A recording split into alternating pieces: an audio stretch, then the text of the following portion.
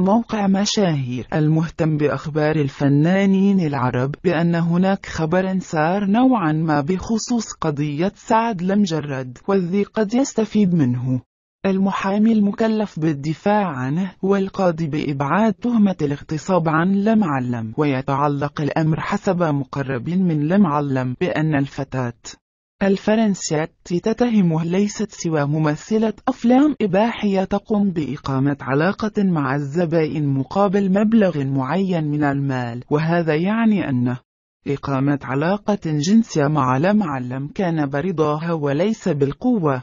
وأوضح ذات الموقع بأنه وأمام هذا الخبر المفاجئ والصادم والذي قد يبرئ سعد بطريقة أو بأخرى يدل على أن جهة أكبر منه وأقوى حثت هذه الفتاة على الإدعاء بأنها تعرضت للاغتصاب، فيما عملها هو أصلا ممارسة الدعارة، وما حصل بينهما كان وفقا لمهنتها.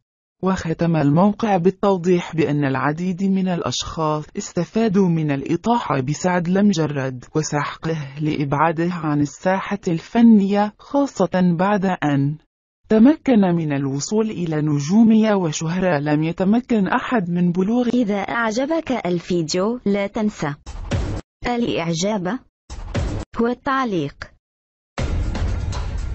ولكي يصلك كل جديد اشترك الآن.